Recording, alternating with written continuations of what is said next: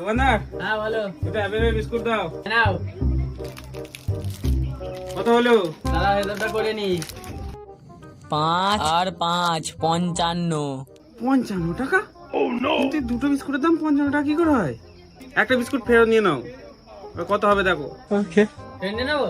55 minus 5 তোমার হয়ে গেল 50 টাকা। 50 টাকা? এটাও নিয়ে নাও, এ নেবো না বিস্কুট। এটা নিয়ে নেবো। ও দাদা শোনো শোনো শোনো শোনো, কি হয়েছে আবার, কি হলো? হিসাবটা করবো, পয়সাটা দেবে তো? হিসেব? হ্যাঁ 50 মাইনাস 5 তোমার হয়ে গেল 45 টাকা। 45 টাকা দাও। আমি তো কিছু নিলামই না, তাহলে কিসের 45 টাকা? ওসব জানি না, হিসেবে যা আছে তাই দিতে হবে, তুমি পয়সা দাও। ঠিক আছে, 10 টাকা তো নিয়ে এসেছিলাম, বাকি